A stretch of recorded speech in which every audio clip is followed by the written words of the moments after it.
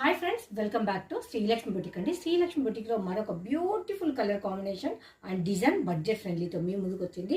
2D sari, మనకి ఇది crepe material ఉంటుంది కదా, అలా అయితే ఉంటుందండి. కంప్లీట్ మనకు థ్రెడ్ వర్క్ తోటి స్కాలప్ లాగా మనకు కట్ వర్క్ లాగా అయితే వస్తుంది. శారీ అండ్ బ్లౌజ్ మనకు సేమ్ కలర్లో ఇచ్చిండు.